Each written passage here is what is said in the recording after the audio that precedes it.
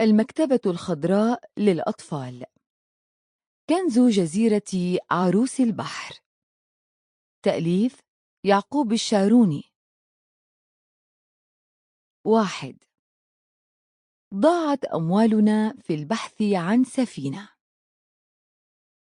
انفجرت والدتي صائحة: هل تريد أن يعودا إلينا محمولين على نقالة؟ هل نسيت ابن أخيك الذي استمر علاجه 3 سنوات بعد سقوطه من فوق أحجار الهرم وإصابته في ساقه ورأسه؟ صوب والدي إليها نظرة ضيق واحتجاج، وهو يحاول السيطرة على نبرات صوته منخفضة فلا يستطيع. كيف نعيش في مصر ولا يرى عماد وسماح الأهرام؟ السائحون يأتون إلينا من كل بلاد الدنيا. هذه فرصة الأولاد لزيارتها مع مدرستهم. اطمئني، تسلق الأهرام أصبح من الممنوعات. عادت تصيح: أنت لا تفكر إلا في الأهرام والآثار.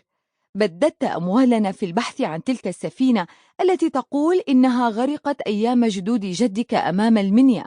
اترك لي سماح وعماد. فجر والدي هو أيضا: كلما طرقنا أي موضوع تتحولين به للتنديد بأعظم مشروع في حياتي.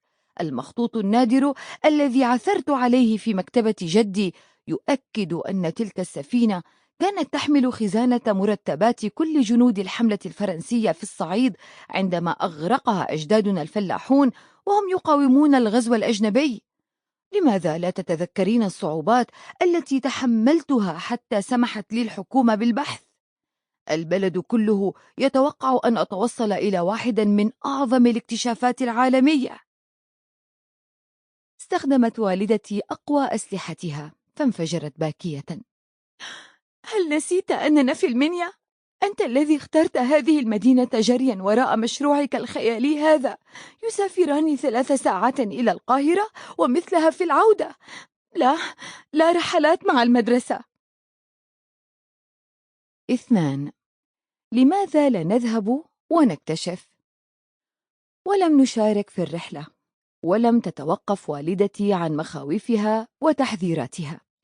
ممنوع الخروج بعد العودة من المدرسة، ممنوع لعب الكرة، لا أصدقاء ولا صديقات في البيت، الدراسة بدأت، لا ألعاب رياضية يا عماد ولا قراءة روايات يا سماح. تخاف أن نصاب أثناء الرياضة أو اللعب، أن يكون هناك تأثير سيء لأحد الأصدقاء أو الصديقات علينا، أن أقرأ شيئا لا يناسب سني، بل تحرص ألا نبتعد عن عينيها أو نقوم بشيء دون موافقتها أو بغير علمها. أسرح بنظري من نافذة بيتنا المطلة على زرقة نيل المنيا العريض، حيث تستقر الذهبية أو العوامة التي يستخدمها والدي منصة للغوص بحثا عن تلك السفينة الأسطورية المفقودة.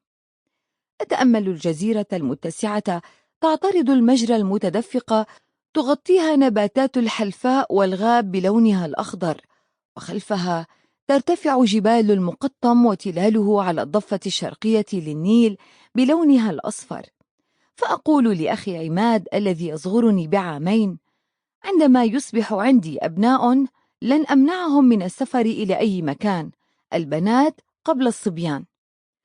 ولا أنتظر ردا من أخي، بل أضيف: لماذا لا نذهب لنكتشف أسرار هذه الجزيرة التي لا نرى أحدا يعيش فوقها أو يقترب منها؟ يجيب عماد محاولا إغاظتي: الأولاد هم الذين يسافرون ويكتشفون كنوز السفن الغارقة في أعماق الماء مثل أبي، أو يخاطرون لمعرفة أسرار عرائس البحر التي تختطف الشباب وليس الشابات من فوق هذه الجزيرة التي يغطيها الماء معظم أيام السنة. يكفي أن تقوم البنات بالطهي وتثبيت أزرار ملابس الرجال. أهجم محاولة الانقضاض عليه بأظافري وأنا أصيح فيه: بل تتعلم بنات المصارعة والسفر بصواريخ الفضاء حتى لا يستطيع ولد مثلك إغاظتهن أو اللحاق بهن. ويضحك عماد من ثورتي، فأضحك معه رغما عني وأنا أهمس لنفسي: لم يبق لنا إلا الحلم نهرب معه من ممنوعات ماما. Sample complete. Ready to continue?